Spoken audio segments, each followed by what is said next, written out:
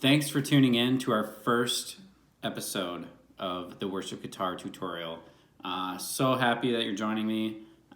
This episode is probably going to be one of the longer ones that we do. It's going to be focusing mostly on scales and the CAGED system.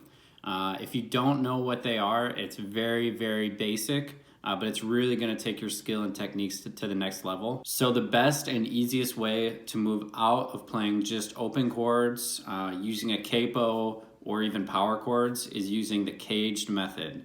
What the CAGED method is the chords C, A, G, E, and D. They all have their own unique shapes, and what you can do is play them all up the fretboard while playing the same chord. So you can play the C chord in a C shape, or you can go up and play the C chord in an A shape, or the C chord in a G shape, E shape, or D shape. So here we have the C chord in its normal shape. What I'm gonna do is keep that tonic there. That's the 1. I'm gonna play an A shape built around that 1. So I'm gonna bar right there. And this is gonna be an A shape, but it's a C chord. Now I'm going to use this part as the bar for my next chord, which will be a G shape. And then I'm going to use the root of that to create an E shape. So all I'm doing is barring that and making an E shape with my fingers. And then once again I'm going to use tonic. So this is tonic, and then this is tonic. So I'm going to use this tonic to create a D shape above that. So once again, it's C shape, A shape, G shape, E shape, and D shape.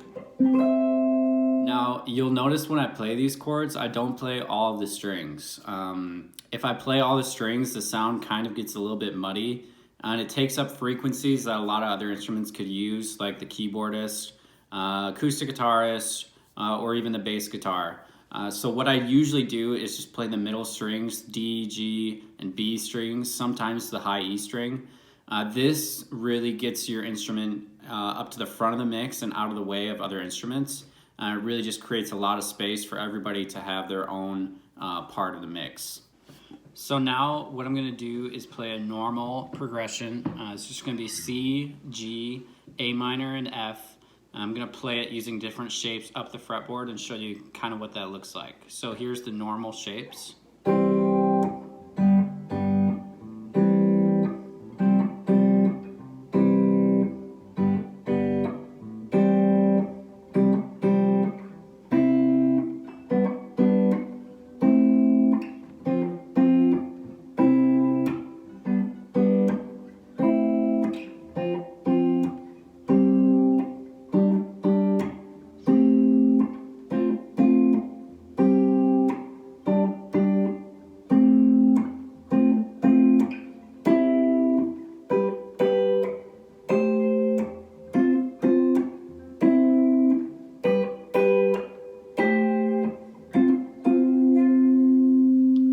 So these are just the normal C shape, G shape, A minor, and then F. And then I went up and played C in an A shape, G and an E shape, A minor and an E minor shape, and then F and a D shape, and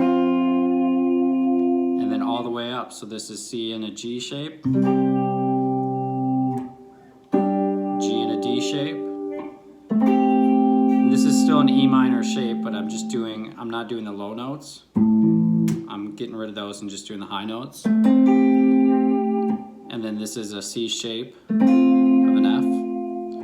And then lastly up here, I'm doing a bit of so this is an E shape of a C, but I'm only doing the middle notes. So I'm just creating space, making it sound a lot cleaner by getting rid of the really low notes and maybe the really high notes and just doing 3 right in the middle. And then this is an A shape, A minor, and then F and a G shape. Now once again, this is the full thing, but that sounds really muddy. So what I do is get rid of those low notes and just play the 3 in the middle. So this next thing I'm going to teach you is really where scales come into play. Most of the time with worship music, you're going just in a normal major scale, and that's 7 notes. So what you do is you just memorize all 7 of those notes and each of their shapes. So a 1 chord in a scale is the numbers 1, 3, and 5, because it's the first note, the 3rd note, and the 5th note in a scale. So each chord, most of them are triads, so you're gonna have 3 notes and they're gonna skip a note in between. So you're looking at a 1, 3, 5 is a 1 chord, 3, 5, 7, that's a 3 chord, and so on and so forth. Learning your scales is super important for knowing what triad to do and what shape to be in. Typically, a great place to start is always with just the 1 chord and not playing the 3 in the scale. The 3 or the 7 are very, very harsh notes in the scale. They stick out a lot. If you're trying to blend into a mix on the stage, I usually say you can stick to notes that blend in a little bit more, like the 1, 2, 4, 5, somewhere in there. Those notes really tend to just add a lot of texture without sticking out. Here's a good example. So I'm in the key of E, and typically what you would see is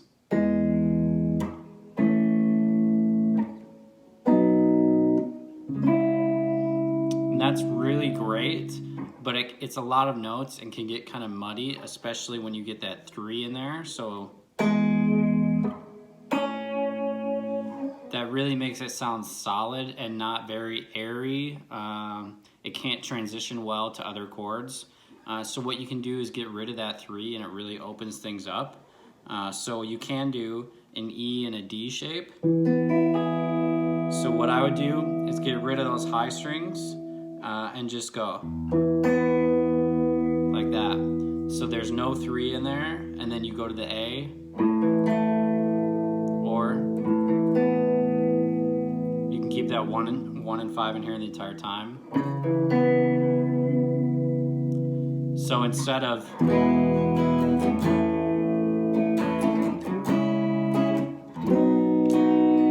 it sounds like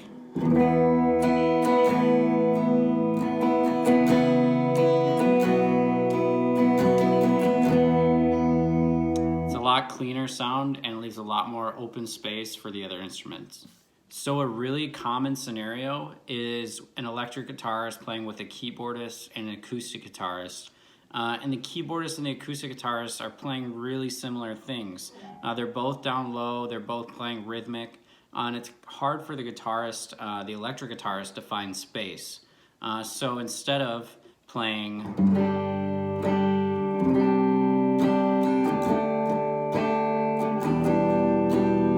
you have to go a little bit higher up so that you can create space for yourself.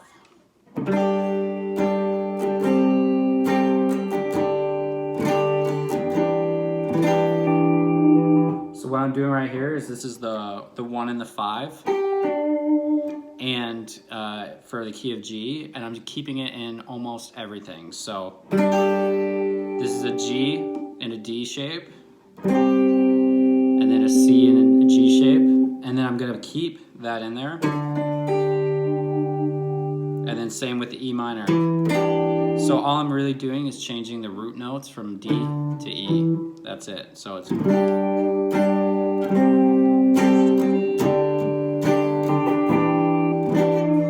So you could do that, and then you could even go a little bit higher up if the instrumentation allows it. And you can go...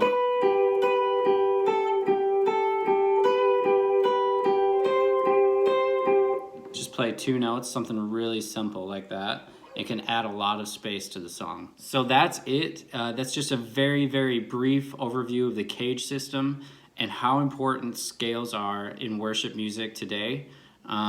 Something that you can continually be working on, continually practicing and getting better. And the more that you understand this fretboard, the more that's going to open up possibilities for stuff that you can play on stage. And opportunities to create a better sounding mix for your sound engineer as well.